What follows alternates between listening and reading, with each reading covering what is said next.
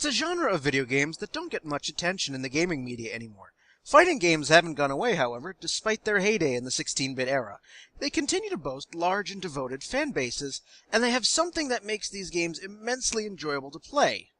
Multiplayer. Playing against a group of friends always made for a good day, and now you can take the fight online and challenge anyone on the planet. What are your favorite fighting games? We talk about the fighting genre right here on this episode of Downloadable Content.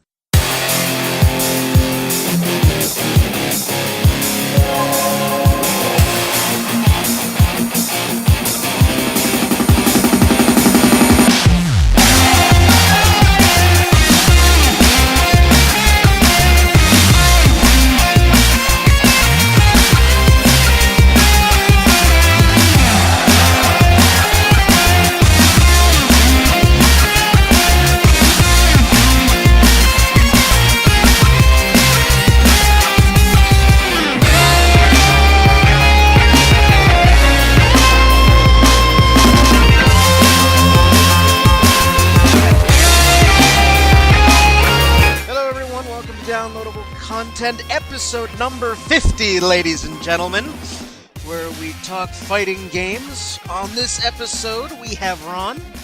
Hey, everyone. Shanna. Woohoo! And Wyatt. Hello, old sport. Hello, old sport. Wyatt from the land of sprites and dice. Yes.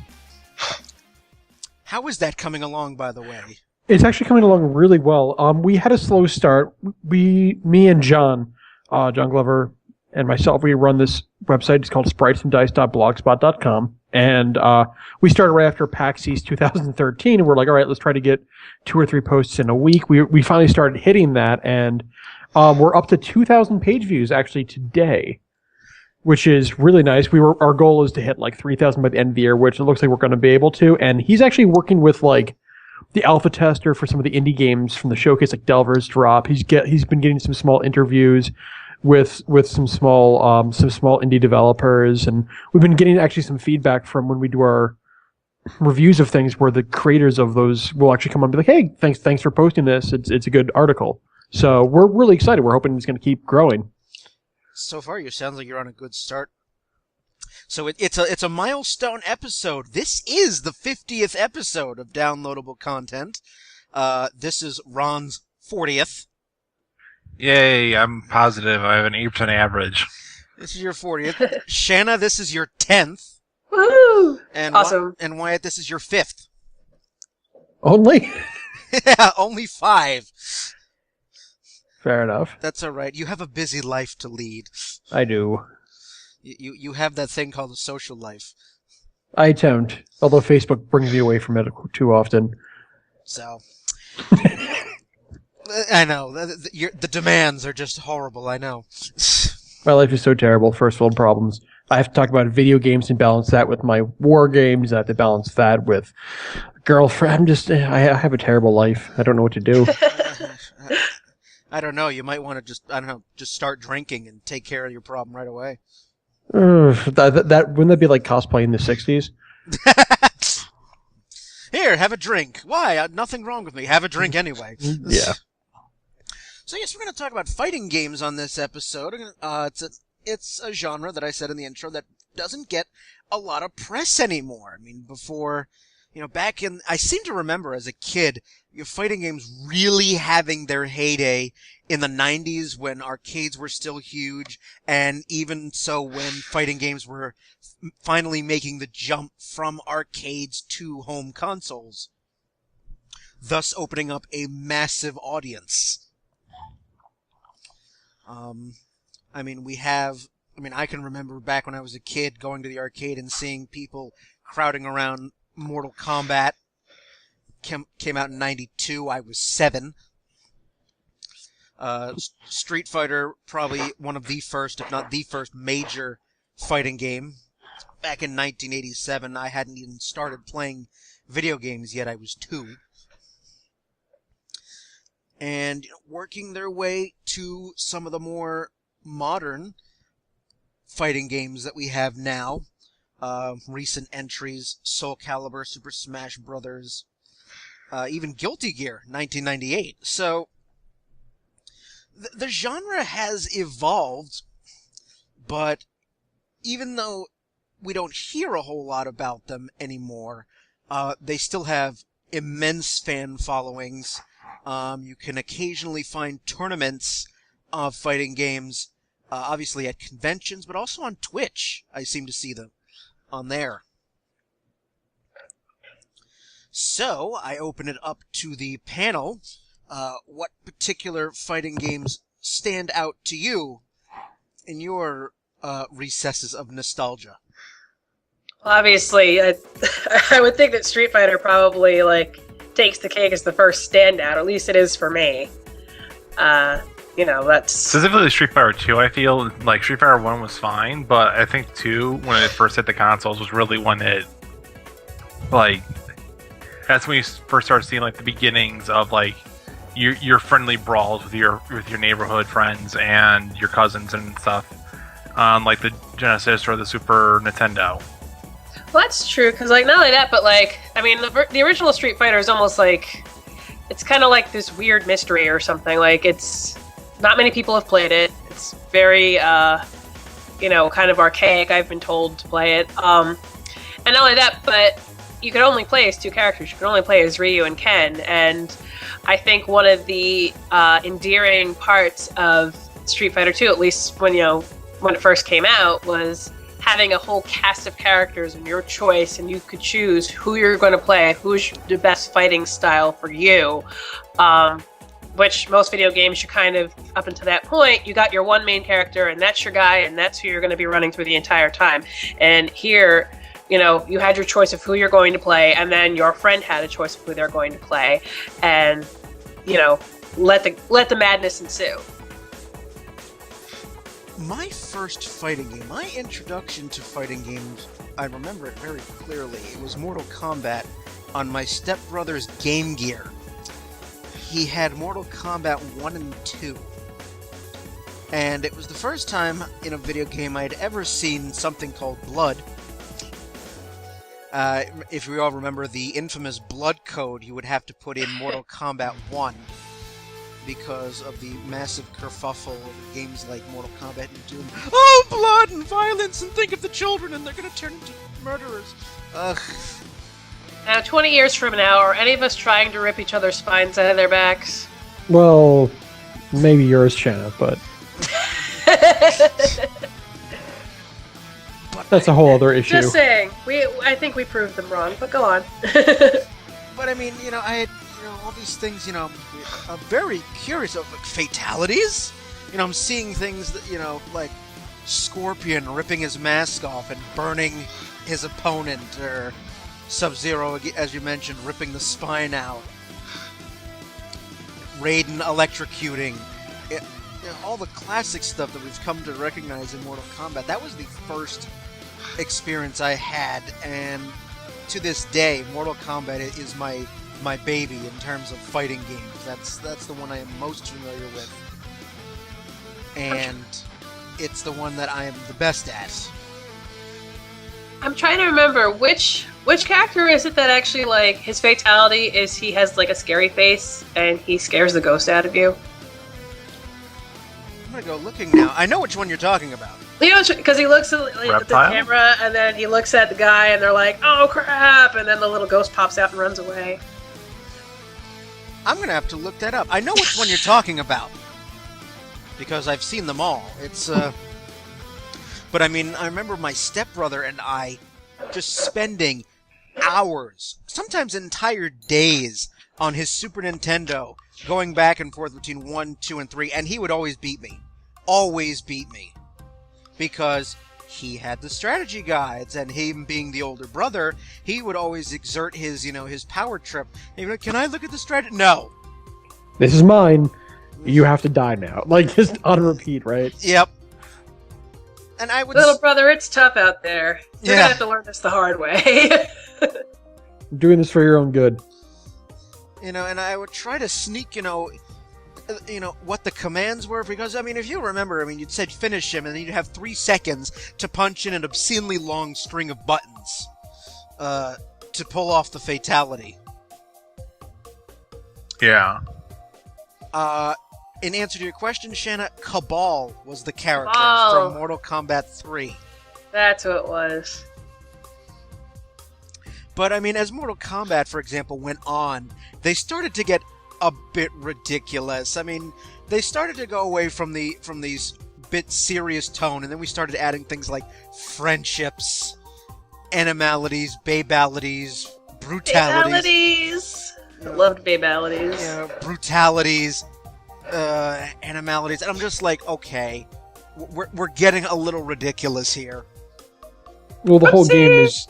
Let's be honest. The entire game is a little on the ridiculous side. Yes, I mean it's known for copious amounts of blood, and when you pull off a fatality, I distinctly remember seeing a character.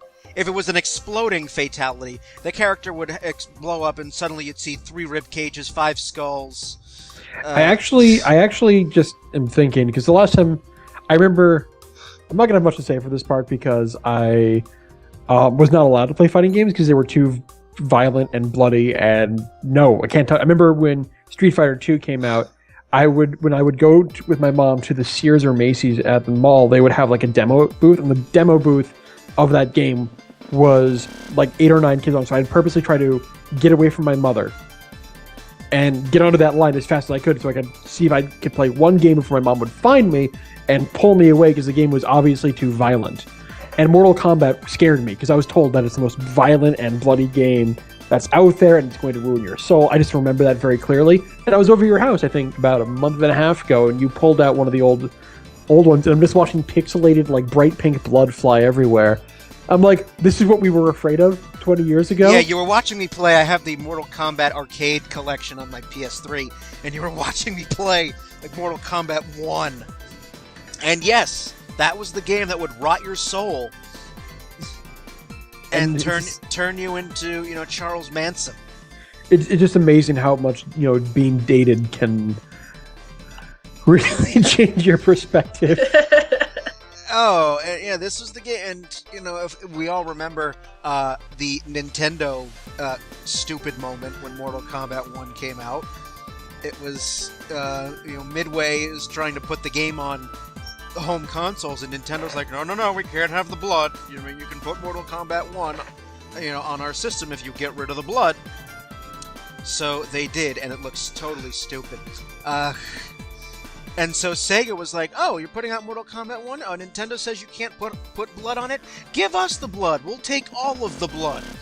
Don't worry about it. We'll take care of you. And Mortal Kombat 1 ended up selling way more units than the Super Nintendo version ever did. So when Mortal Kombat 2 came out, Midway went to Nintendo again and was like, you want to revisit that blood stance? And Nintendo did one of those, fine, we'll put the blood back on. And it ended up being a sales, markedly improved sales for Nintendo, and Super Nintendo ended up becoming the preferred system for the later Mortal Kombat releases. Not to jump into a brand new topic, but I just wonder what that says about us, just as a species, I suppose. Just we like our fighting games. Just with some games, it's really funny. Like if you had Super Smash Brothers, and it had like blood and gore flying everywhere, would that sell well or would that sell worse? But then if you take the blood away from Mortal Kombat, it sells worse. It's just really funny how those sorts of things work from genre to genre or game to game. Well, let's just put it this way. None of us care about the well-being of the Mortal Kombat characters. No, I mean... So, like... And even though recently, though, there were people who were still, I mean, obviously, you're playing Mortal Kombat, you're going to get blood, guts, and gore. That is the package. So... The one of the more recent Mortal Kombat games was Mortal Kombat vs. DC Universe. DC only allowed its characters on that game. It was rated T, the only Mortal Kombat titled game that ever got a T rating, because DC did not want their characters getting the Mortal Kombat treatment. And 5 years later, they get it anyway with Infamous. Or Injustice. You weren't allowed to decapitate the DC characters because they were afraid it would hurt the brand. And I'm just like, really? all right. It's almost like at that point, then just don't do the crossover, because there's a built-in, like, that's what Mortal Kombat is. Mortal Kombat and gore go hand in hand. Once you take that away, it's just... You might as well just not have Mortal Kombat in there. Yeah, Mortal Kombat has been around for 21 years, so I want to go to DC and be like, what, are you new? Have you not been paying attention this entire time? So... I mean, I was also introduced to Street Fighter from my stepbrother as well, and it was the only game I could actually have any chance of beating him, because I always played as E Honda and always did the 100-hand slap. That was it. That is the art of the button mash. That is the most broken move. That and Chun-Li's legs, like the leg kick thing. Yes. It's the most broken move for a newbie to learn. If you go up against someone that knows what the heck they're doing, you're screwed no matter what you do. Yeah, that's true. You know, I've beaten Street Fighter 2 on just E Honda's 100-hand slap alone. It's just how it is. But the one thing I found that because I grew up on Mortal Kombat, the other fighting games out there, it's a bit harder for me, because Mortal Kombat, you know, all throughout the entire... I've been playing Mortal Kombat since I was a kid, and there are always three characters that I almost always alternate between. Scorpion, Sub-Zero, and Raiden. Those original three. I'll play with the other characters, but those three are my best. Really any of the palette swap loincloth brothers, as I call them. Scorpion, Sub-Zero, Reptile, Rain, Ermac, which is nothing more than a palette swap, and a good way to save on developing. But Mortal Kombat uses strict button commands. Like, back punch will get the spear. Whereas games like Street Fighter and Soul Calibur and Tekken, they're much more configured for an arcade style. Yeah, most fighting games, at least like outside of Mortal Kombat, are configured for the arcade, because that's what they're designed for. First, they're designed for the arcade stick. They're designed for the trigger buttons and not the console button. Which puts me at a horrible disadvantage, because I'm going, back punch, and I'm like, there's nothing happening. So on games like Soul Calibur, I tend to just button mash, because I'm like, I don't have an arcade console. I'm not just smash away. And, Wyatt and I would spend just hours playing Soul Calibur, and basically we both didn't know what the hell we were doing. It was just mash. We would get better. Yeah, I remember I didn't really have a chance with fighting games until... You mind if I cut in with my turn? Go ahead. All right. I didn't really get a chance to fighting games, like I said, because it was not allowed. I remember it was a huge issue when I managed to finally get Sonic the Hedgehog in my house for my 10th or 11th birthday. And it was just nice to play that. But I remember going to high school, and I had a lot of friends. I went to a private high school, and there was quite a few students that were study abroad from Taiwan and Japan and Korea. And I had 2 or 3 friends that were from Taiwan, and they loved King of Fighters because it was huge over there. Mm-hmm. And I remember it's very different from Street Fighter, very different from that, because it very much still has a lot of that Eastern influence in terms of the characterization and the styles of that, while a lot more have been translated over for Western audiences with Mortal Kombat and with Street Fighter. And I just remember playing it, and we would play one person on the ASDF side of the keyboard, and the other person would then play with the keys on the other half of the keyboard, or they would have a game control they'd plug into the USB. They were just playing that for every lunch break for half an hour, just taking turns on the same computer trying to play versus each other. I have very fond memories of that, and just the ridiculous over-the-top special moves, because I remember with that game, and you see this in more modern games, you could do ridiculous juggles where you were trying to get up to 100 hit combos, 150 hit combos, and it was just a matter of, if you can get the one person into that horrible position, you could then just table them across the entire board. And it was very much based around that.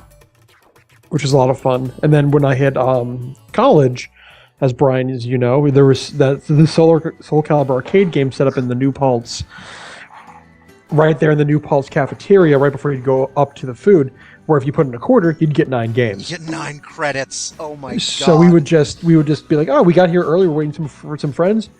Hey, and when we got a quarter, you throw in the quarter, and then hilarious things would happen. For sometimes we'd spend $1, and we'd end up getting like an hour worth of play or more, and just take turns between people, which was a lot of fun.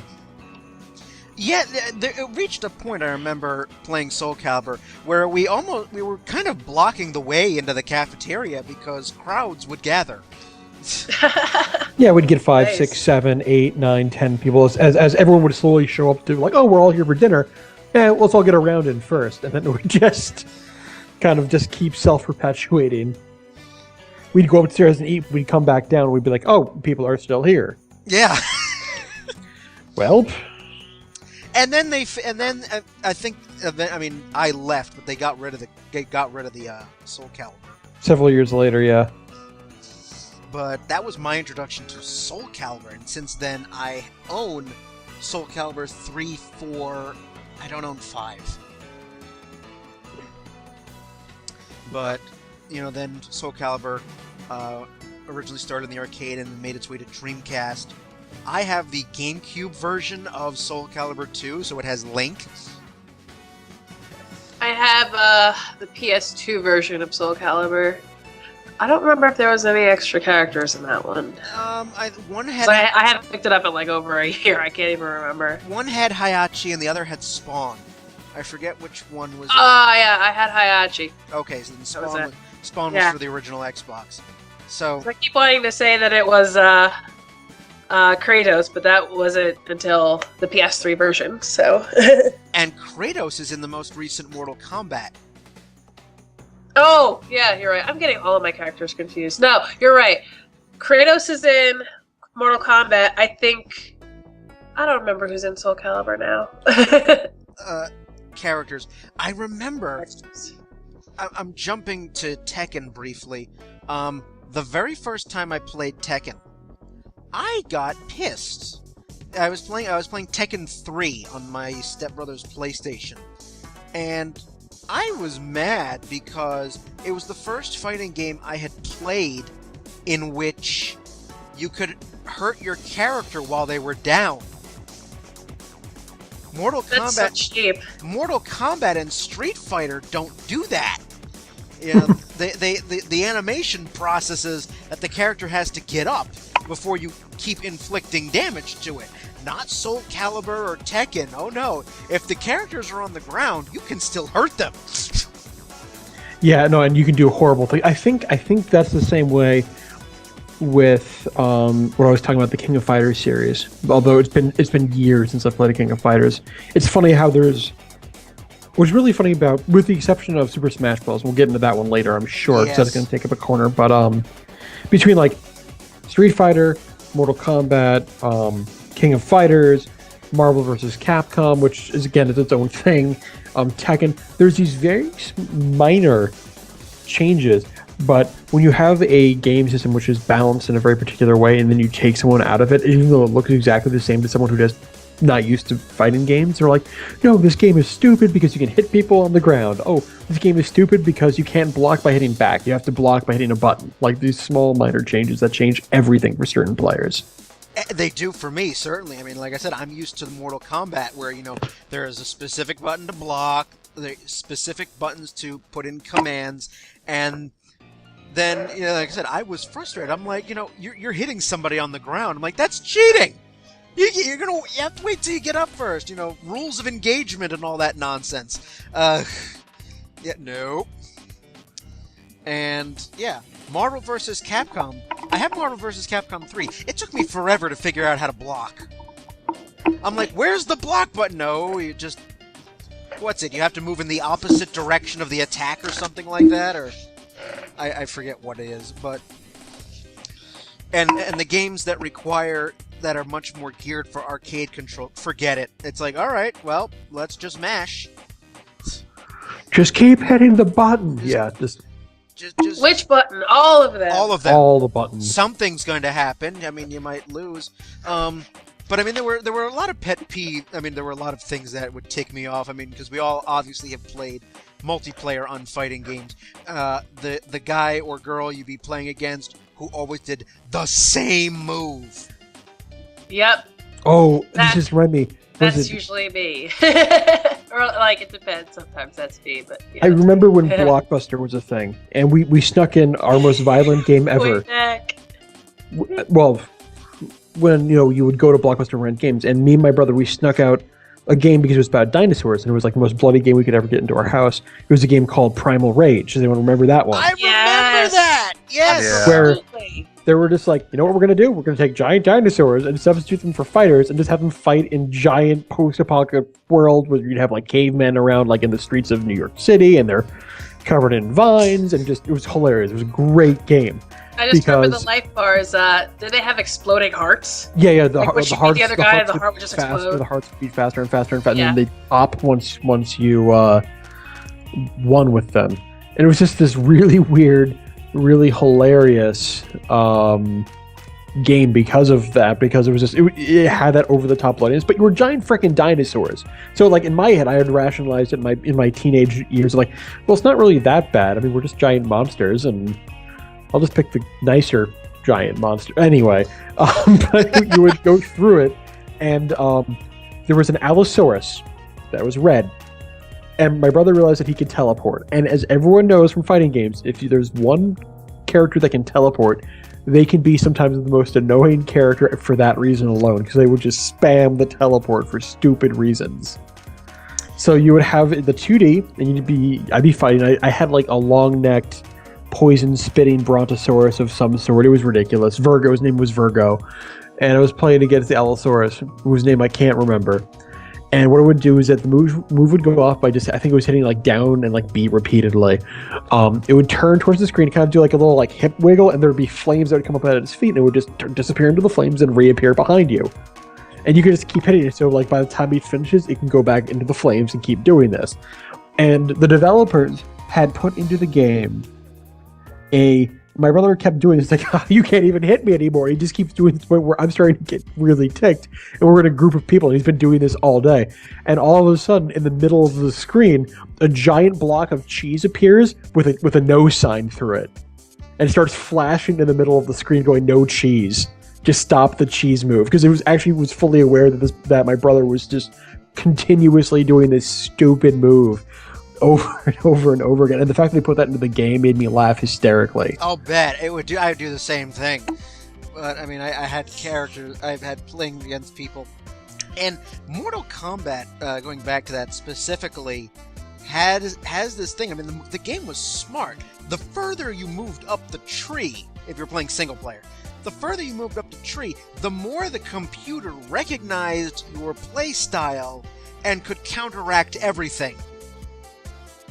Yeah, I noticed that. That freaked me out the first few times I played. So I'm like, is this sentient? Like, how does it know? It's like the first few characters you go through, no problem. Then you reach one character, and everything you do blocks, or you are just, it picks the perfect time to duck when you're doing an uppercut, and it fires right back with an uppercut, and I would get so mad.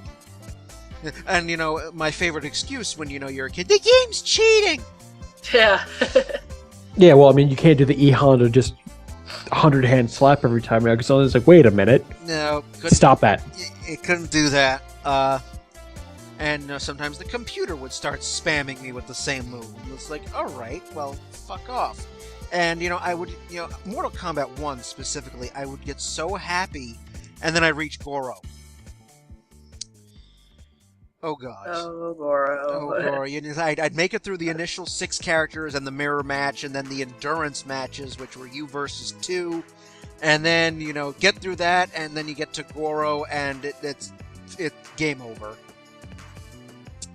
Because Goro, all it takes for you to die is Goro hits you 3 or 4 times, you're dead, and you need to, inflict 20 hits on Goro to kill him. And But once you beat Goro, then Shang Tsung was a bit of a cakewalk. Like that's a boss fight thing, though. I mean, there's a lot of games that do that, where the second to last boss is actually harder. Shang Tsung is a cakewalk, even though I mean, Mortal Kombat 1. You look at Shang Tsung; he's this 900-year-old enfeebled-looking man, and you're like, oh, this is going to be a breeze. And then he can change into any character, including you, and including Goro. Yeah. And Shang Tsung used to change into Goro a lot. Because the character it would morph into, it would pick up their abilities and their stats. So if it changed into Goro, suddenly it takes 20 hits again, and I'm like, oh. And then you beat it, and it's like, you are the Supreme Mortal Kombat Champion, and you feel such a wave of accomplishment. But the quintessential Mortal Kombat villain is, of course, Shao Kahn. Who is Shang Tsung's boss. Yeah, Shang Tsung's boss. I'm like, oh shit. And then they made some movies, but we won't get into that. Oh, come on, please. Especially the second one. The second one, come on. Cinematic Gold. The cinematic... Mortal Kombat... Cinematic something, that's for sure. Mortal Kombat Annihilation... Mortal Kombat 1 is kind of a guilty pleasure movie. I really love it. I love the first Mortal Kombat movie. The second movie deserves the Mystery Science Theater treatment. Oh, come on. You know, it's gotta be a good movie, the second one, because half the cast didn't come back from the first movie. Exactly. That's how you know you've got a hit. I'm being totally sarcastic, by the way. Oh, yeah. I mean, no Christopher Lambert as Connor McLeod. I mean, Raiden. I mean, whatever. Said that knack for playing Immortals.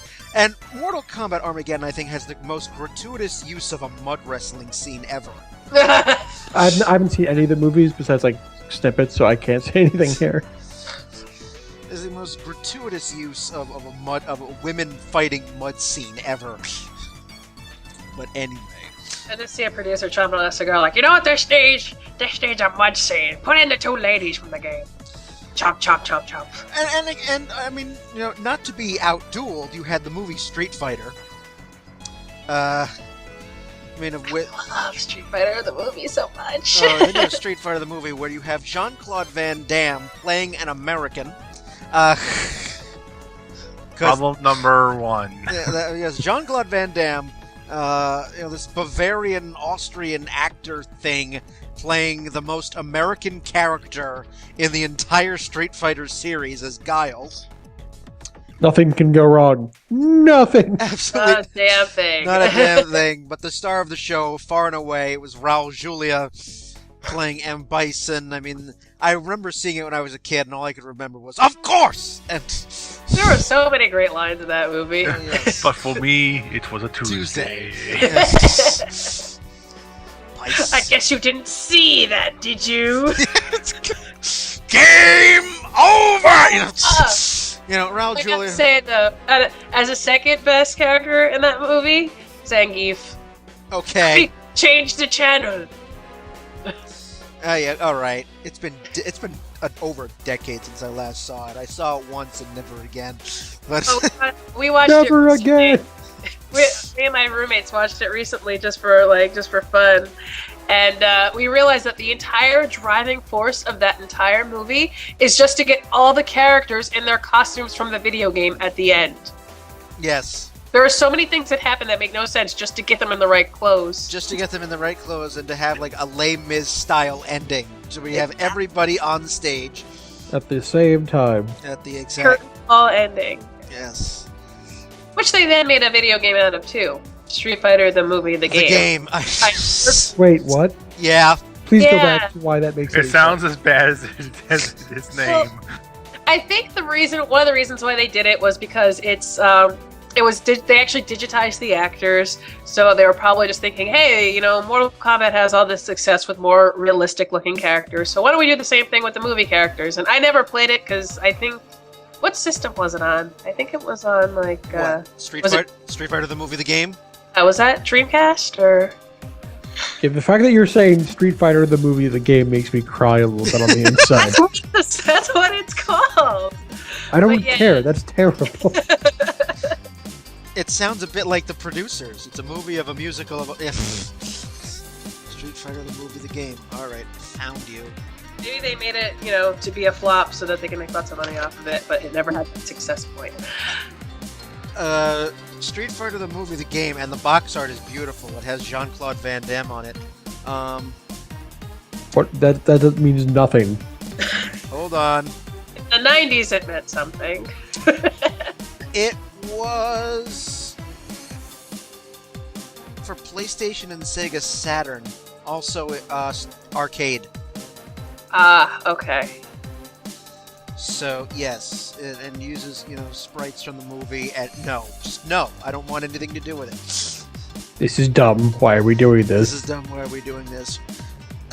One other old school fighting game that I really loved, made by Rare, Killer Instinct. I never got to play Killer Instinct, but I know they're remaking it. I know that was an announcement at E3. Yeah, they're remaking it for the Xbox One because Rare is now a Microsoft developer. Yeah, I missed out entirely on that boat, but I remember going to like an old school arcade and being like, you can play as a Velociraptor. I want to play this game, but it was too bloody, so I couldn't. But yeah.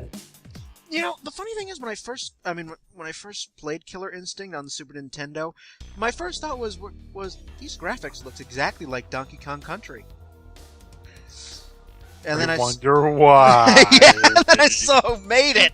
I'm like, ew. Wait a minute. Yeah. Yeah. But Killer Instinct, I didn't get a whole lot of time with. But it was bloody and it was fun. There was a couple of offshoot video games that I played that I also really enjoyed. They were never popular, and I only played them through the long-forgotten Sega channel. Wow. Woo! Now there's something that was ahead of its time. Yeah. Slide aside. You had you basically had the Sega catalog of games for the Sega Genesis to play in 1995. And it was through your cable. Yeah, it was provider. through your cable. This thing was literally 10 to 15 years ahead of its time. That's how far advanced Sega was. And to relate to that point, Sega invented the Game Gear, which was a fully backlit color system.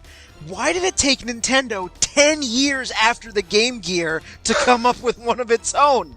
Well, and the thing is that's really funny is that, yes, it is a little bit before its time. One reason why Sega Channel probably didn't work out is dial-up. Let's be honest here. We weren't yet into cable and DSW and all of that. So that's one reason why that never quite got off the ground. And then Game Gear, the battery life, we didn't quite have that technology yet.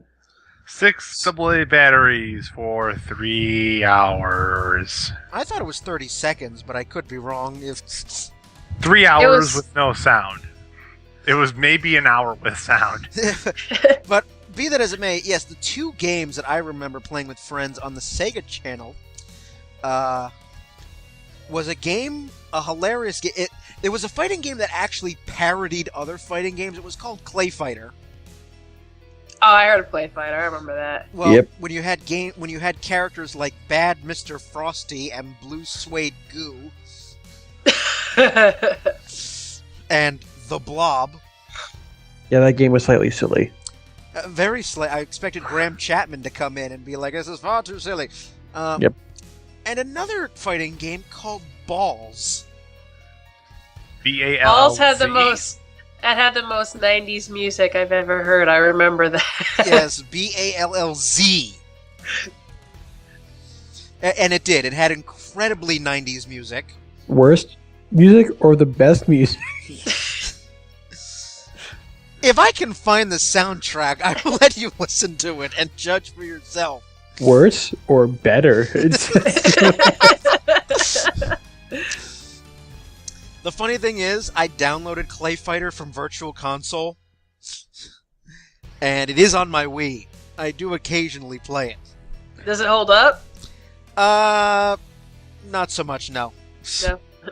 A lot of fighting games really just. I remember getting a collection or two, or when I had the Wii for a brief time, I was like, oh, I can get all these old games. I get them and be like, wow. It's like when you go back and you watch the Saturday morning cartoons that you used to watch as a kid, you're like, wow, these are actually really bad. Why did I like this? Except for Looney Tunes. Well, yes. I mean, there's always the exceptions that you're like, okay, this is an actual classic. I don't feel like a bad person for liking this anymore. But then with fighting games, it's fighting games and video games in general. It's just you go back and you're like, wow. We talk about the good old days, and then we go back to this. We're like, wow, these weren't the good old days at all. Although, just an aside to that, Rocko's Modern Life has a whole new meaning as a 27-year-old.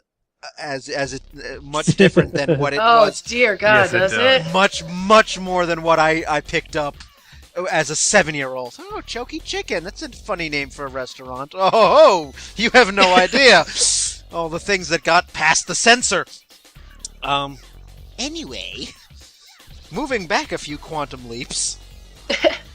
Sorry about that. That's all right. We're good at that. It's what we do here. Rewind. All with blue glowy electricity and all, quantum leaving. The last video game series I want to touch on before we close the half, because Shanna wanted to rip it, Virtua Fighter. Oh God, Virtua Fighter, yes. That one is fallen by the wayside. Wait, That's one of those hang on. games. Yeah.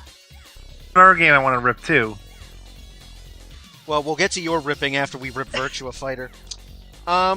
Virtua Fighter was the first fighting game I played. It wasn't the first I wanted. It was the first. My introduction to Virtua Fighter was again off the Sega Channel, and it had the slowest reaction times ever. It's like you'd press the button and you'd have to wait a second or two before it would register. You had to pre-plan your moves. It was terrible. And that's exactly like what we were saying. One of those games that doesn't hold up. Because, I remember renting it as a kid and thinking it was cool. But it's because, at the time, it was some of the best graphics we'd seen. So I was like, oh my God, look at this game. It looks amazing. I'm 10 years old and I think this is incredible. And so I guess I bought it at some point, from a Funko Land sale, dating myself. And, I pulled it out maybe a couple years ago, and I was like, Virtual Fighter 2, and I popped it in. And I was like, oh, Jesus, what was I thinking? Everything. I mean, from the creepy faces that pop up when you're choosing your character, and they fucking smile at you, and they look really weird, and the slow reaction times, and the fact that they jump way too high, it's just, it's so much bad. It's horrible. There's no control. The control is terrible. Yeah, you have to pre-plan your moves. It also was doing blocky characters before Final Fantasy VII made it cool. Blocky. I mean, the first squares with arms and legs. the first Virtua Fighter came out in '93. But it was also the first fighting game that I played that introduced me to the concept of ring out. That's true. Yeah, same here. That's another cheap way of getting rid of your characters rather than knocking down their bars. You just push them. Cause that was one of the ways I always won. It was just I'd let them block. I'd just keep kicking and kicking and kicking until they ended up on the end and fell off. Easy victory. Oh yeah, that introduced me to the concept of the ring out, which apparently I didn't think was dirty pool, but hitting somebody while they were down was. A weird sense of morality in fighting games for me. But yeah, and I'm amazed that the franchise is still going. Is it still going? Yeah, Virtua Fighter 5 came out a year ago. Oh, wow. I would think that, the concept is old hat, because the entire concept behind that game was just having fighters that were, 3D rendered and, or somewhat 3D rendered at the time. Playing. Yeah, basically, which is kind of, not even a thing now. It's just part of, it's just part of the package, but yeah, I mean, Virtua Fighter 5 came out a year ago, and it has, characters and things. Mm-hmm. So, yeah, that's... Old characters. Oh, goody! And since we're talking about bad PS1 fighting games, I'm going to name two. You had the Star Wars fighting game that came when the PS1 launched. Oh yeah, I completely forgot about that. Enlighten me. I've not heard of this. This was a Star Wars fighting game for the PS1, came shortly after launch, and this was before like the Phantom Menace and anything like that. So it literally is 4, 5, and 6. Sounds like it could be a pretty cool thing, right? Like you're playing Luke Skywalker or Han Solo or Boba Fett or whatever. No, the game is completely freaking busted. It barely even works out of the box. Some of the characters' moves don't even work, and the ones that do work either do no damage or are incredibly freaking unbalanced and kill someone in like one hit. And it had a weird name too, wasn't it? Like It was like Warriors of Tetris. Yeah, it was like Star Adronius Wars, the or Warriors something. of Teferi or something like that. It was something weird. you couldn't pronounce at all. It was like something you expect on the name of a Magic the Gathering card. Star Wars just Masters remember- of Terakasi. That's it. That was it. Yeah, it was on the That's demo it. disc that came with my PS1. I do Yeah, it was remember on the that. demo disc, and I remember that too. So the game was pretty bad. The other one that was equally bad was the Einherjar fighting game. Do you know what that is? Oh, I've heard of it. It's basically Final Fantasy VII fighting game. So it's got a Cloud on it, and Sephiroth, and Tifa, and a bunch of other random characters. Yeah, that That- later evolved into Dissidia, didn't it? Yes, eventually, but Einherjar was like, it's supposed to be its own little thing, and the game was terrible and never took off. The game, the game you're tongue is called Ehrgeiz. Air guys thing. It's spelled Ehrgeiz. It's German. And yeah, it's called Ehrgeiz. God Bless the Ring. And yes, it was. Of course, Nomura designed the characters. Yes, it was a PS1 game that came out in 1999, and it had some original characters. Yeah.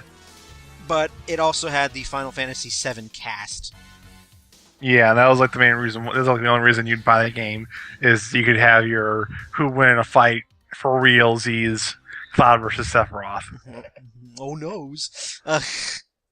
So, alrighty. If anybody else has anything to say, say it now. If not, we're going to close out the first half. I get it. All right. And round one. All right. That's the end of round one. On this episode of Downloadable Content. On our second half, we'll continue talking about various fighting games. We'll move toward the later ones. We'll definitely bring up Super Smash Brothers. May even touch upon PlayStation Super Smash Brothers. I mean All-Stars. And we'll go from there. Keep the discussion rolling. That'll be on round 2. Second half of Downloadable Content. We'll be back.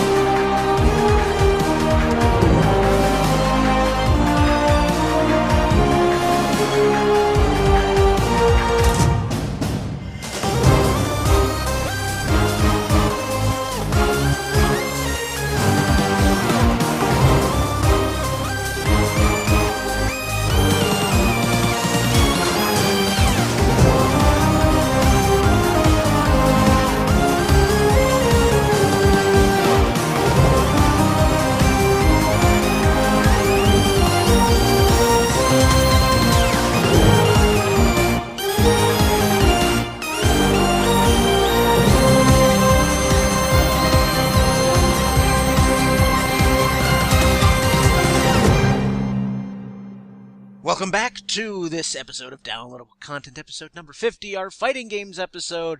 We are all still here, and none of us have been finished. None of us have had a fatality performed on any of us. No one's fallen off onto a pit of spikes or in a vat of acid, or has had an arcade console drop on them. We're all doing our victory poses. Yatta! as round 2 is ready to begin. Yes. Round 2. Fight! So I want to shift gears a bit before we get into the philosophical part of the program. We'll bring up a few more fighting franchises that we know and love. One of the more recent ones, I think we all have played in some form or another, Super Smash Brothers. Nintendo's own brand of hilarity. And Smash Brothers, I'm sorry, go ahead. And Gohan, I mean, this is just an immensely popular series. Nintendo hit a gold mine. Well, I think one of the reasons why Smash Brothers, is so popular and so beloved and so much fun is because it kind of took the idea of fighting games and sprinkled Nintendo all over it, in the fact that it's not just a matter of you've got two people and they're fighting each other. I mean, you can have up to 4 players, and there's so many little nuances of things you could use that built up in each game. There's the trophies and the items that drop, and the special moves, and special moves that are not just a matter of button combinations, but it's just there's so much in that game, and the revolving stages and everything. It's just it's a completely different experience than just playing fighting games up until that point and just playing a Street Fighter or a Mortal Kombat. I'm going to agree with Shanna. It's actually one of the first fighting games that really revolutionized the genre. Said, hey, it doesn't have to just be this one way. I mean, there's not even really a life bar. It's just a percentage until you get knocked off the screen. Yes, which is a unique mechanic. I mean, the higher the percentage goes, the more likely that a hit will knock you off the board. And it has its own brand of hilarity. I mean, the special items. And I play against people who refuse to use items. And to me, you're just getting rid of half the fun right there. You know how gratifying it is to hurl a bomb at somebody and actually have it land and they go flying off the screen? Actually. all while hoping that they don't throw up their shield and have that bomb bounce right back at you. There's also the home run bat from Earthbound, where you get that satisfying ka-thunk on someone. And just watch them fly away. Yep. Team Rocket's blasting off again. And that's one of the more really interesting things. Sorry, the hammer. I'm sorry, the hammer. What happens in the room when you've got 4 people playing? Exactly, and you hear that music, everyone just screams "Oh my God, get out of the way!" And then the hammerhead falls off. Everybody run! Yeah. And then the hammer falls off, and you're just like, ah ha ha ha. And then it's evolved during the. I mean, it came out in '99, so yes, the series is 14 years old. Scary. Yeah, and 64. I mean, is when it originally got started, and my character was Kirby. Absolutely, I loved Kirby. Kirby could fly. Kirby could become a brick and just drop. Kirby could absorb, suck a character in and absorb an ability. That was always my favorite. It's just eating people and taking their abilities. And, the first game, it's an N64 cartridge and it had 12 playable characters.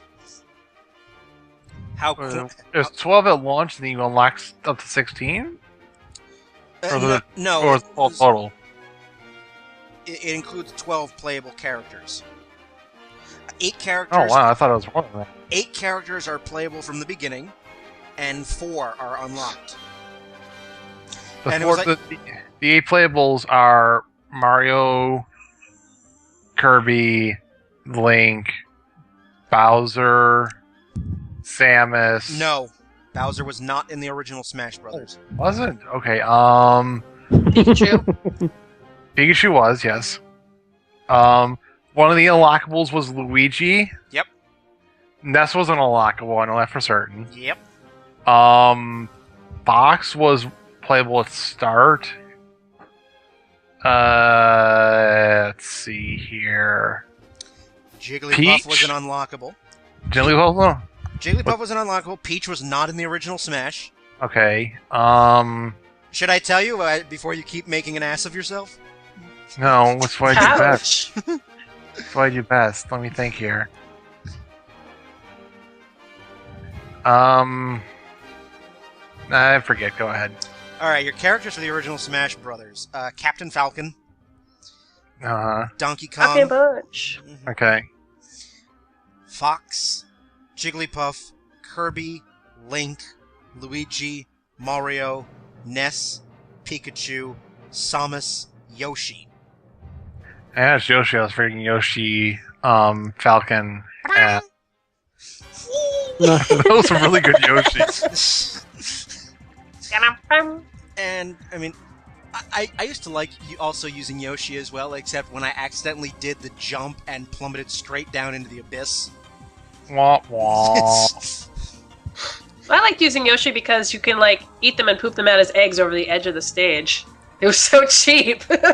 They could get out of that if they button mashed, if they were quick enough. If. For me, I started with Samus, and then when I unlocked Ness, it was basically Ness and nothing but.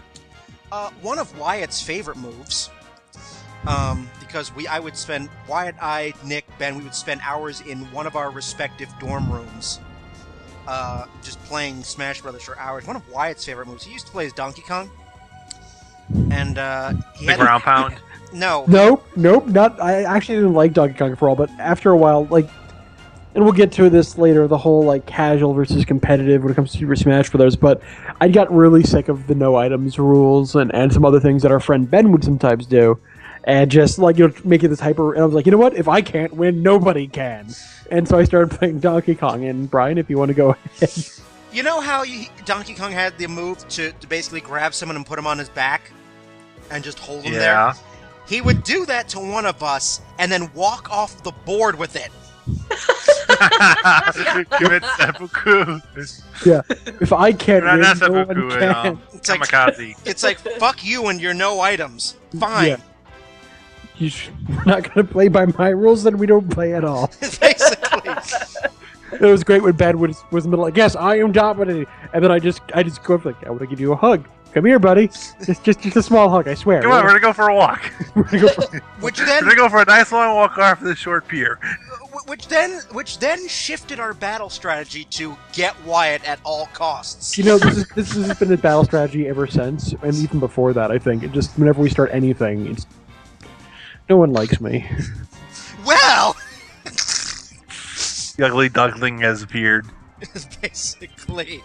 And then... Funny story, actually. Now that I think about it, Wyatt, when I first met you, it was the night that Melee came out. Yes! Yes, I you're just correct. totally remember that, because, like... And we're like, let's start playing. I'm like, yes, shall we? Let me play Donkey Kong. Actually, I like doing that more with Kirby. Because you'd fall off the level, and you would just start holding on the B button, and you just keep falling. And you would just fall off the level with them in your mouth and going, no, Jesus, why? And then horrible things. Mm-hmm. And, you know, Smash Brothers had probably the one of the more weirder bosses I've ever encountered in a video game, the Gloved Hand. The Master Hand. And Crazy Hand, if you were quick enough. So one hand that was calm and with its anger, and the other was just a spaz. I hate everything and everyone. I don't think I ever Smash. played Crazy Hand in original Smash Brothers. Crazy Hand, in order to get, you'd have to go through the tree very quickly. Okay. And you couldn't do it on easy difficulty. It had to be normal or higher. Alright. So, Super Smash Bros. Brawl, which came out for the GameCube, we increased the roster from 12 to 26. And then Brawl you went from 26 to 39. So, I mean, and Brawl was the first one where you could go online. And I remember when Brawl... That was one of the biggest draws for the Wii for Super Smash Bros. Brawl, was the fact that you could go on Nintendo Wi-Fi connection and play anyone on the planet. One small problem with that.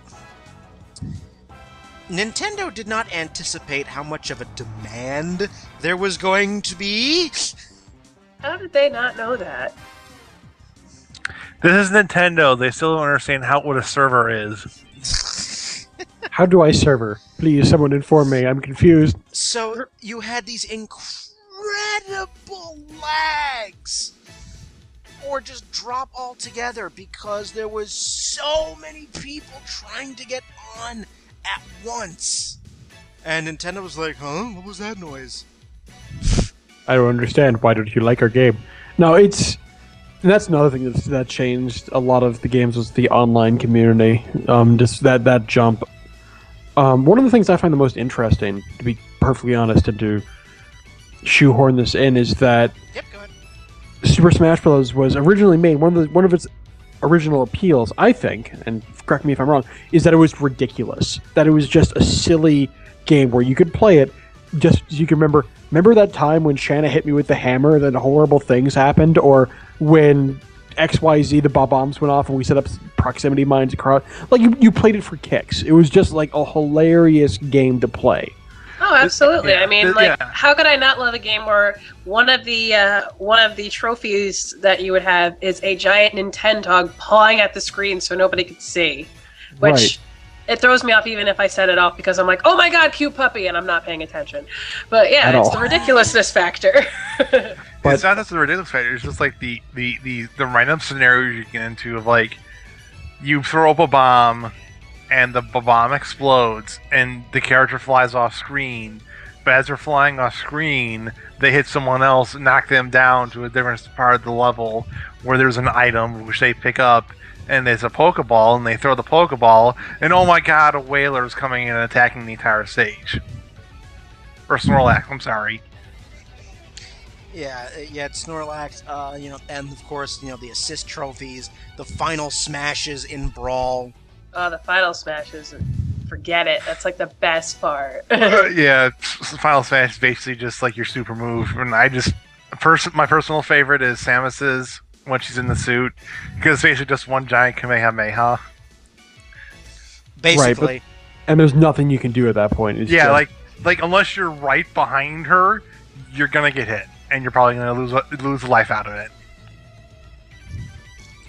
And there's all those great points, and it's just then. But then I remember very, very quickly. This was when the second game had come out.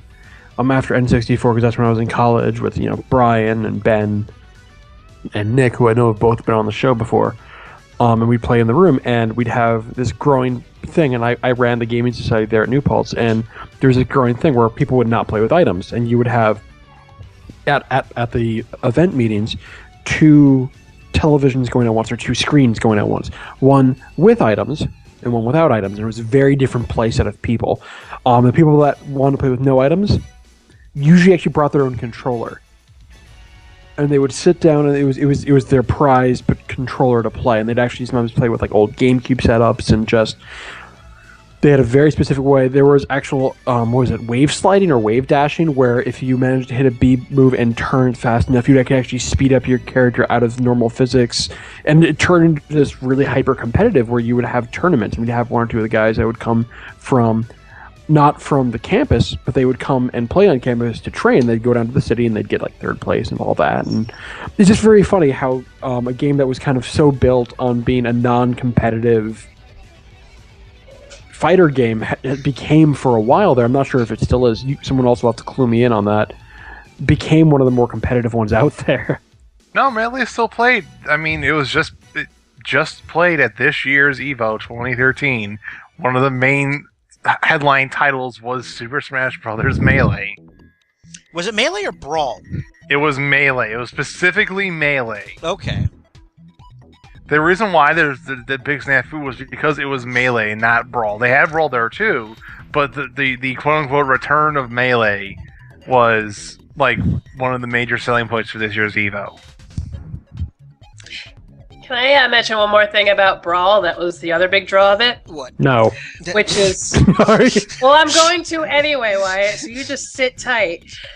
I'll come over there. But anyways, let's face it, for folks like ourselves who were around for the you had to choose a side days, the final bringing together of Mario and Sonic. Yes, that was the official white flag from Sega. Basically saying, all right, Nintendo, you won the war. Here's Sonic. Use him as you see fit. I mean, to have you be able to have the two fight was like, oh my god, oh my god, oh my god, oh my god. This is amazing, yeah. The epic showdown. And then Jigglypuff would come in, and that'd be the end of that. But Jigglypuff lullabies and knocks them both out of the stage. yes. Sadly, too. I mean, she'd put them both to sleep, and it's not. Yeah, Jigglypuff was another one of the wonderful characters of I can't win, no one can. Basically. So, any other fighting games that spring to mind? I mean, I've mentioned some that, I mean, I don't have really any experience with Guilty Gear, Dead or Alive. Dead or Alive... Sorry, go ahead, Ron. You can go ahead, because I don't really play Dead or Alive, but I have experience with other ones. Yeah, but as I said, yeah, Dead or Alive I've only barely touched, but Guilty Gear I tried getting into, and it reminds me a little bit of King of Fighters, where it's just... It's ridiculous. Like, you have to know the ridiculous combinations, and if you're not pulling those off, bad things happen. But it's got these great over-the-top characters that are not grounded in reality. Like, if you look at Tekken, I mean, yes, you do have really scary monsters, but there's a lot of, regular moves. Soul Calibur, you don't normally get, like, the fireballs that you would get in other games. You would have just, pretty much sword fighting after sword fighting, or Scythe versus this or that. Guilty Gear was ridiculous because, yes, some of the main characters had swords, but then you had a character that used a pool cue and would just knock pool balls into the air and hold them there as traps. You had a man that was cross-dressed as a nun and wasn't quite sure that he was actually a man that used a yo-yo as a bounty hunter.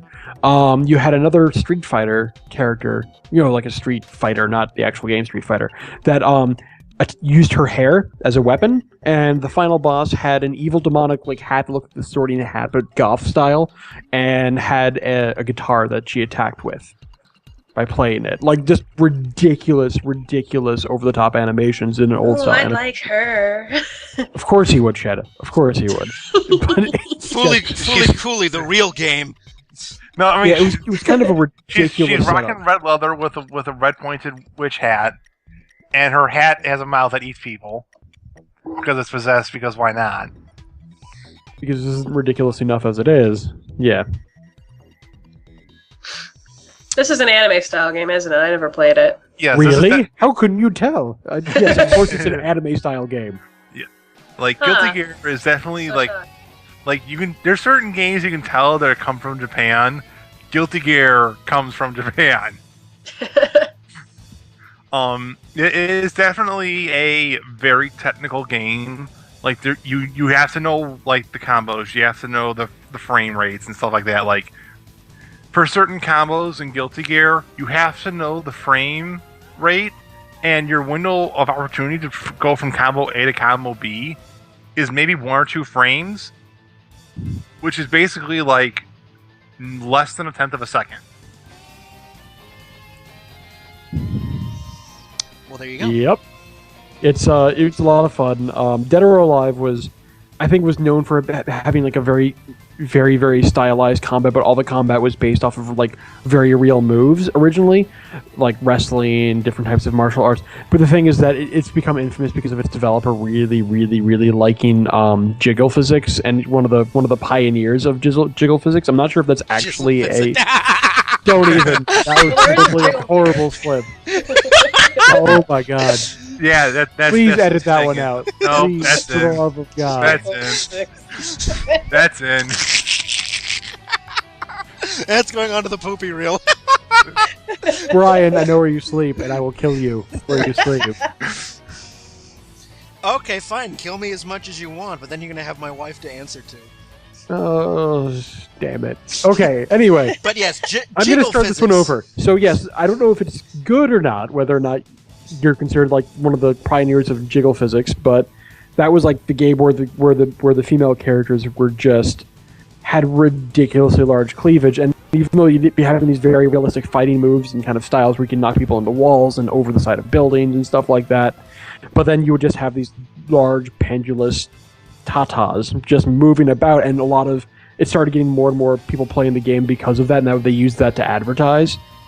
I don't think there's been a new one recently. Can anyone else back that up? The last Dead or Alive game, like actual fighting Dead or Alive game that I know of, was 2010. Yeah, I mean, like actual fighting game, not like Dead or Alive beach volleyball. Yeah, exactly. That's what I was gonna say. Like, that's the epitome of jiggle physics. But yeah, they kind of go there. There was another game though that came out. I can't remember what it was called. It came out in the 90s. It had digitized graphics, and it was kind of the same concept. It was like hot chicks fighting each other, and it was basically just girls in bikinis kicking each other's butts, and it looks stupid. But I remember picking up Dead or Alive, as a kid, because for me, I was just like, hey, it's a combat game, but there's all girls on the cover. This is going to be so cool. And then, I started playing it, and I'm like, I feel uncomfortable. Shanna's thinking, why am I getting these urges? Well, at the time, I was like, I don't know. I mean, was I 11? I was just kind of like, this wasn't made for girls, was it? Not at all. I totally lost my little girl power excitement from picking up that game, and I'm like, let me just go back to Street Fighter and, play Cammy and Chun-Li. That'll make me feel better. Them thighs. Yeah, Chun-Li's infamous thighs. But the other one that I can think of is Marvel vs. Capcom, which I'm surprised hasn't really come up yet in a huge way, because I know out of most modern fighting games, that's the one that's kind of supplanted for it. That might be because a lot of my friends are comic book nerds, and so they really, really enjoy, not comic book nerds, but they really enjoy just the different mixture of all the different characters where you can have things like Ryu playing against... You have Ryu, Iron Man, and Mega Man versus, Doctor Doom, Venom, and... Deadpool, yeah, sure. Deadpool, the most recent one. Deadpool is the best part of that game. Yeah, just stupid antics. His victory is yelling at you. It's amazing. Yeah, look at you sitting on your butt while I'm doing all the work. I was like, this is the best thing I've ever seen. Why are we not playing more of this? Yeah. Definitely, at least in the U.S. right now, maybe the whole world, the big two fighting games on a competitive level are Street Fighter and Marvel vs. Capcom.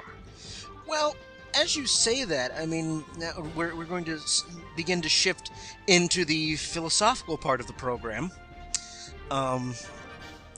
Before, back in the day, back in our day, when we wanted to play against other players, we'd invite friends over and we'd just settle in for hours. But now the focus is not really so much anymore on inviting a bunch of your friends over to play these fighting games. Now the focus is online and online tournaments, which is really, I mean, there's always been tournaments, conventions and whatnot have had them, but now there's a market for people watching fighting games. The multiplayer has evolved in fighting games. I mean, it's evolved on all genres of video games, but fighting games in particular. Mm-hmm. I feel like that's partly due to technology, but also the fact that the audience itself has grown up. You guys, could you imagine wanting to play 10 years ago? Say you guys were both fans of Street Fighter 2. Well, the only way you were able to play 10 years ago was if you had driven over to Brian's house, or Brian drove over to Wyatt's house and got in and played with them. Now you can play with your friends online.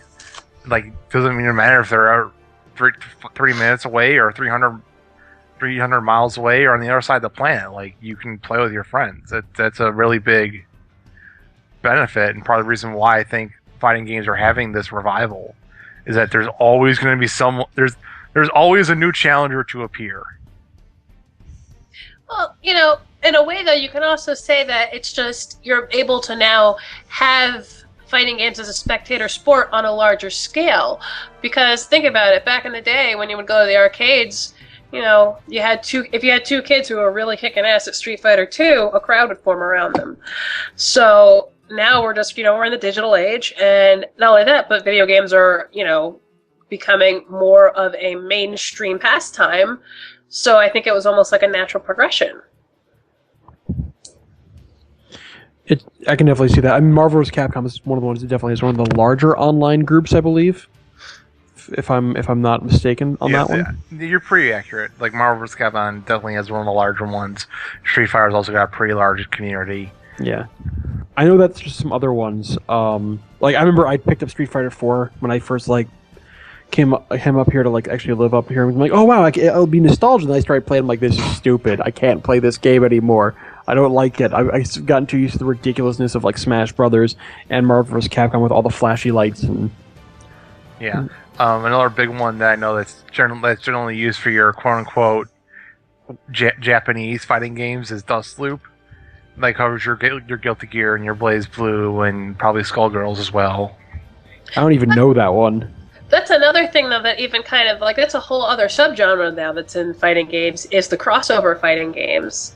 Marvel vs. Capcom is obviously kind of the biggest one, but then you have your things like your DC versus Marvel, and there was, I think, Tatsunoko versus Capcom. Tatsunoko versus Capcom. And right, there's SNK versus Capcom. There's a whole, world of these games opening up where you've got, this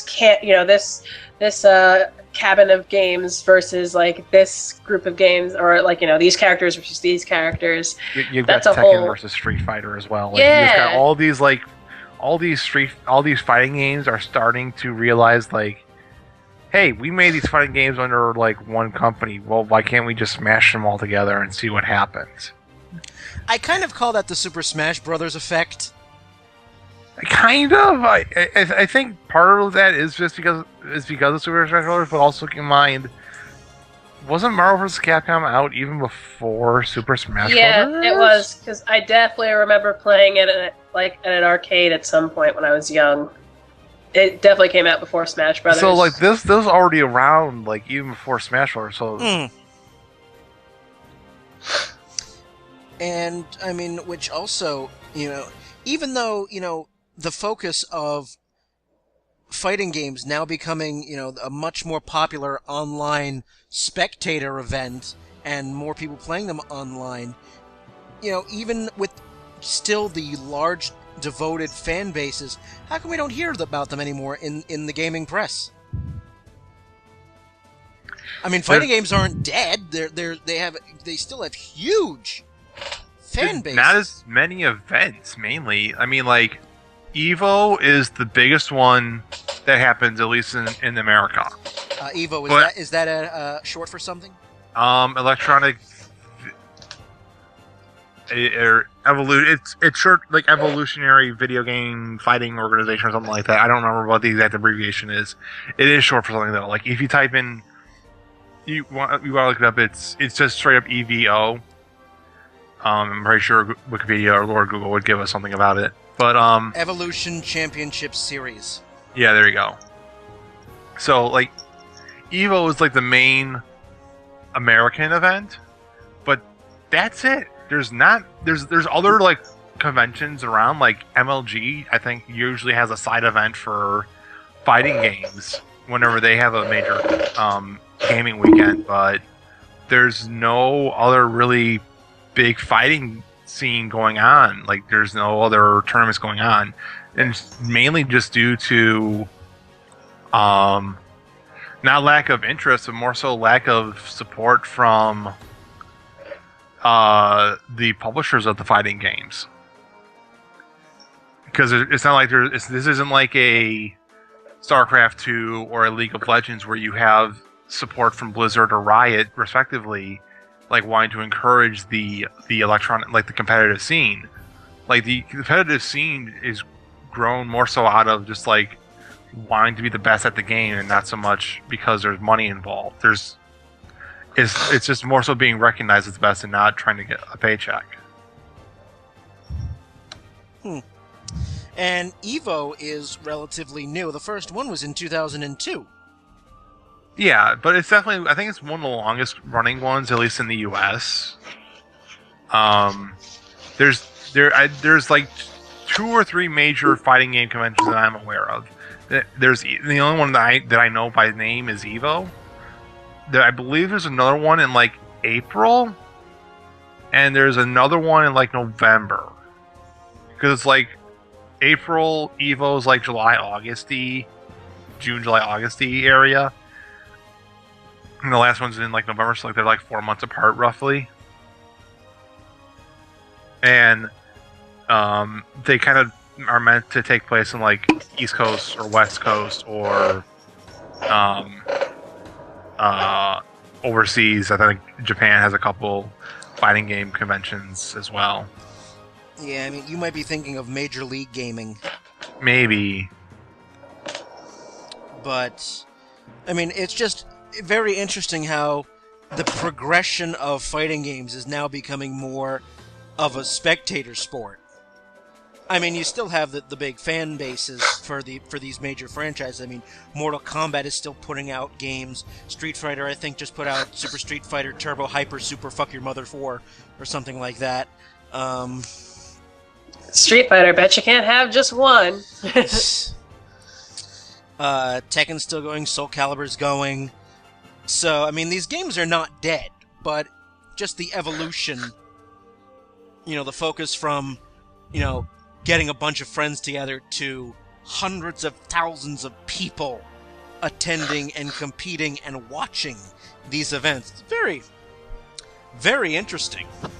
Yeah, I think part of the reason too, like why you don't see as many or as much publisher support is because these are just like games the publisher makes so that they can get money. Like this isn't like a Blizzard or a Riot where like they only have like 1 or 2 games, so they need to invest a lot of time and effort and energy into the game to balance it, to make tweaks as they need to go along. Like they can just make the game, put out like a bug patch fix, and that's about it. Like they don't have to touch it ever again.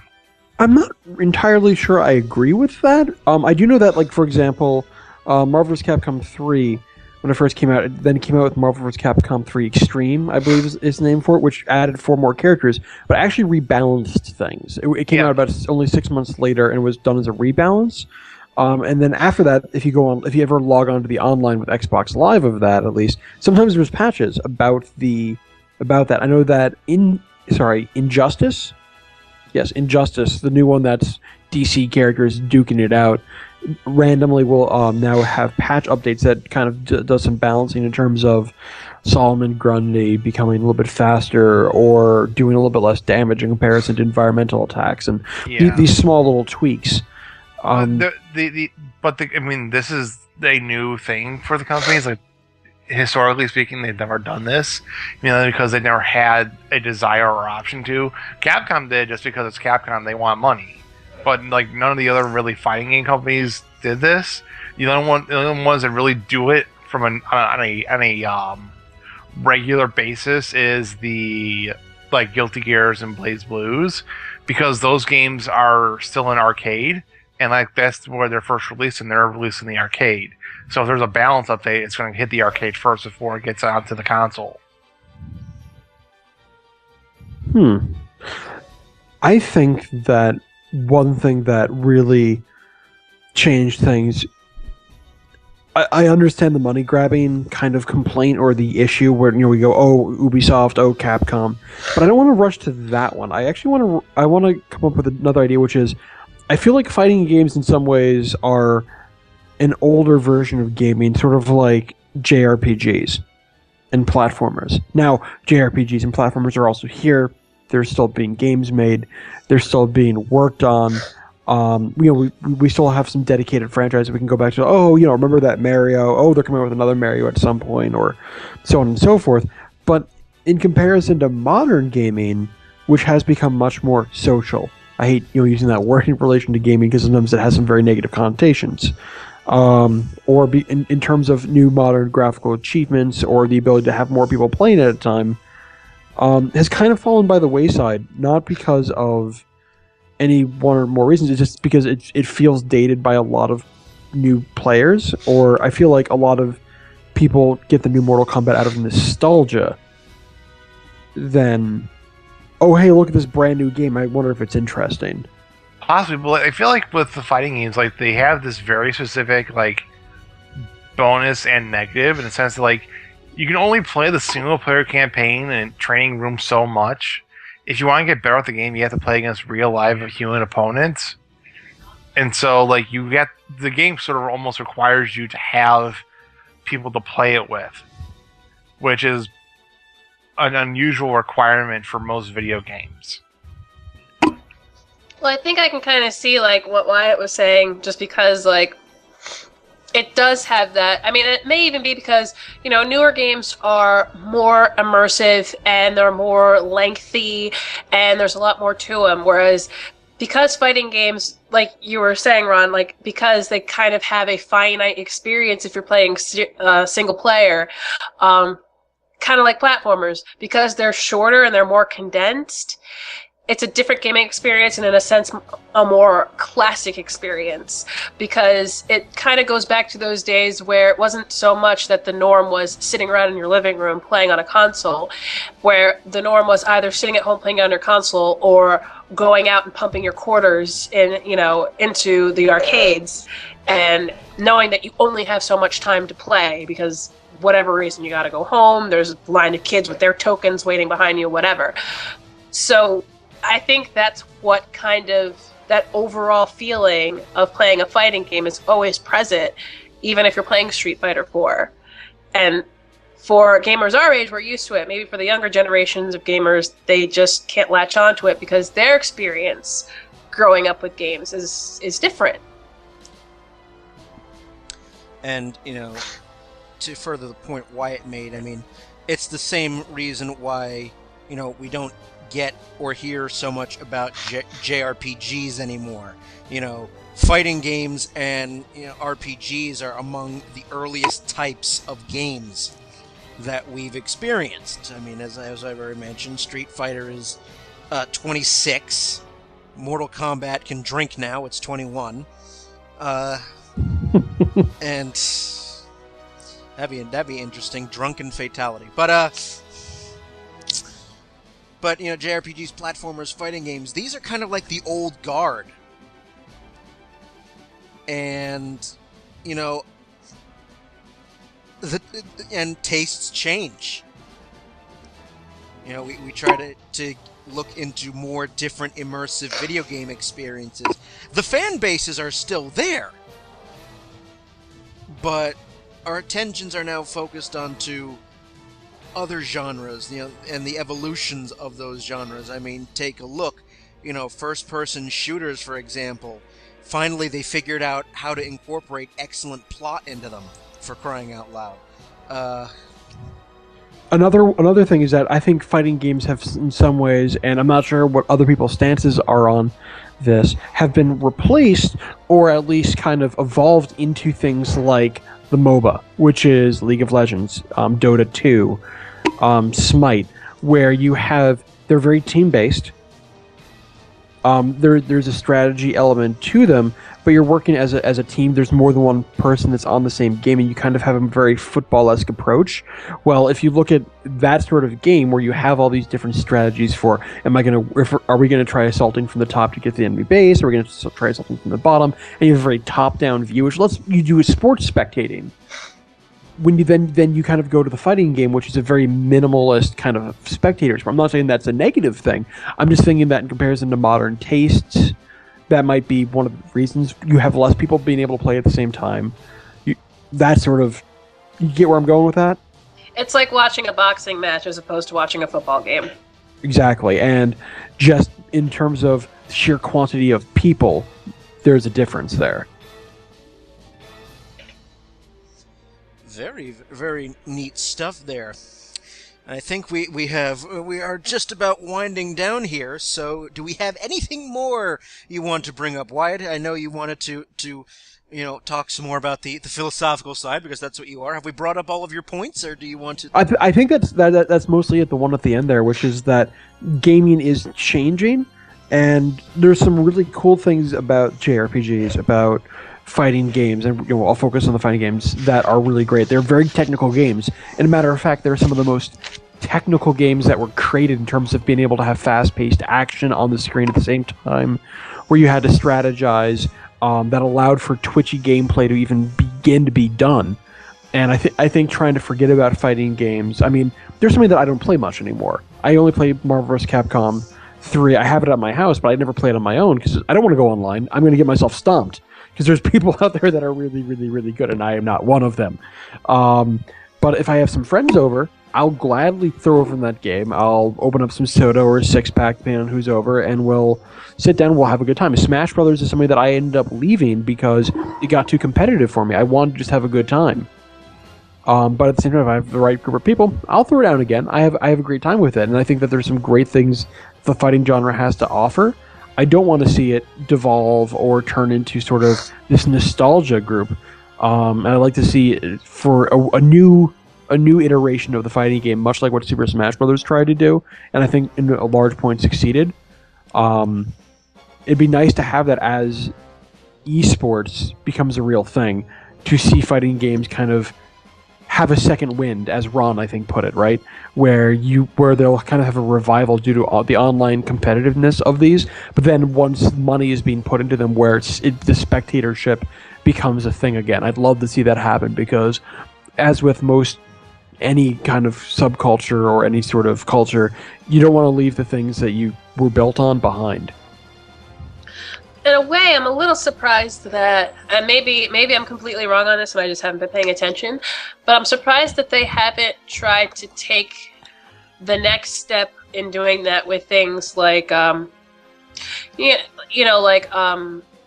the Wiimotes, or with, I don't know, like, or the whatchamacallit, the little camera thing on the Xbox. They tried with the Kinect to make fighting games. The Kinect, and it was a really interesting idea. It was like one of the first games out, but a lot of, first off, we all know that gamers can be very picky when it comes to new things. There's lazy. We'll go there too. But then they also, if they see some new technology, they're like, that's really cool. And other times they'll be like, get off my lawn, you crazy kids. And the Kinect is definitely one of those where it was, get off my lawn, you crazy kids. Stop spanking. Stop sending out your newfangled ideas. And that was one of them where they're like, I could play a fighting game like this, but it feels too clunky. I'd rather have just a controller. And I would have loved to see that keep going, but because of the negative reaction it initially received, we haven't seen another attempt at that since the first few months of the Kinect being out, sadly. Of course, there was probably also a negative reaction from parents after a few broken coffee tables from that, but I'm sure that wouldn't have helped. But I would think that would have been the next logical step, but I guess it didn't really pan out. Not for everyone, unfortunately. I would have liked to see that too. It also would have forced people to get up off the couch and, get a little exercise, which thought. I have to move? Give me my controller. There's few things video games hold sacred. The couch is one of them. Yeah. Well done. Well said, and well said, Wyatt. So, all right. Do we have any more thoughts on this subject, or can we put it to bed? I love Zangief. That is all. He wrestles bears. I think we all have our favorite fan. I think we do. All right, so Wyatt, I will let you once more plug Sprites and Dice before I plug this again.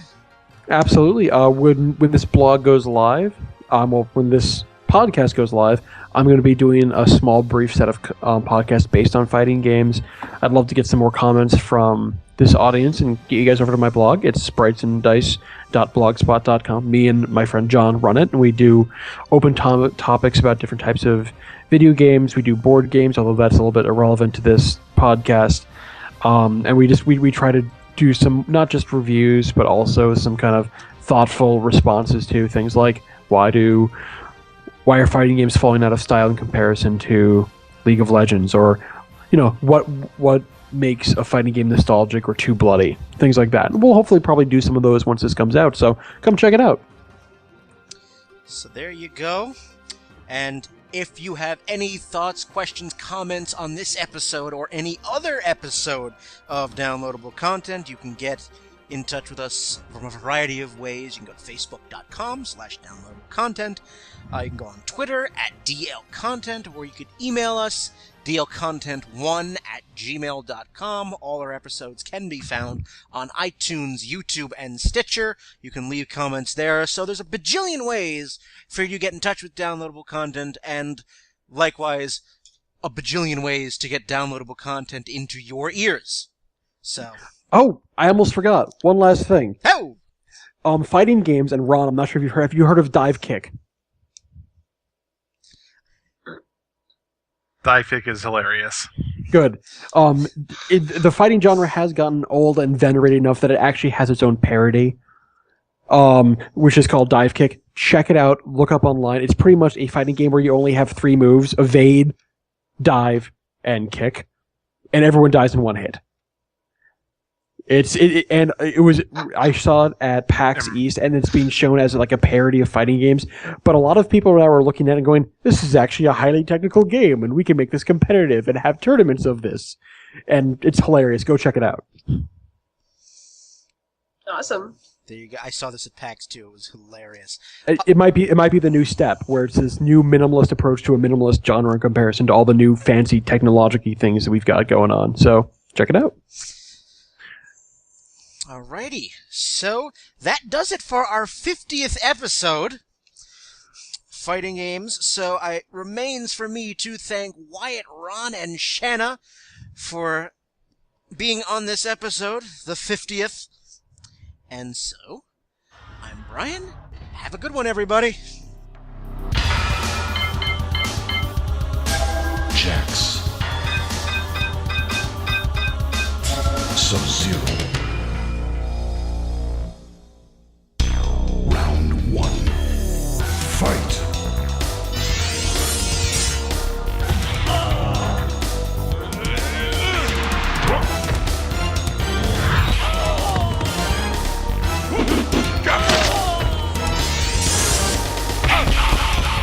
Superb.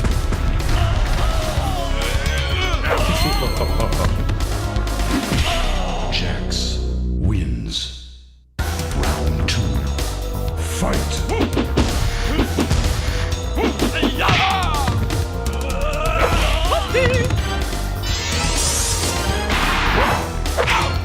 Gotcha!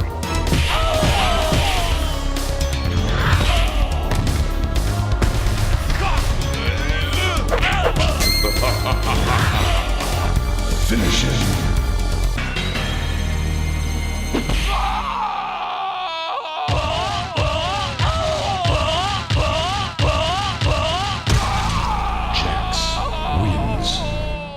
Fatality.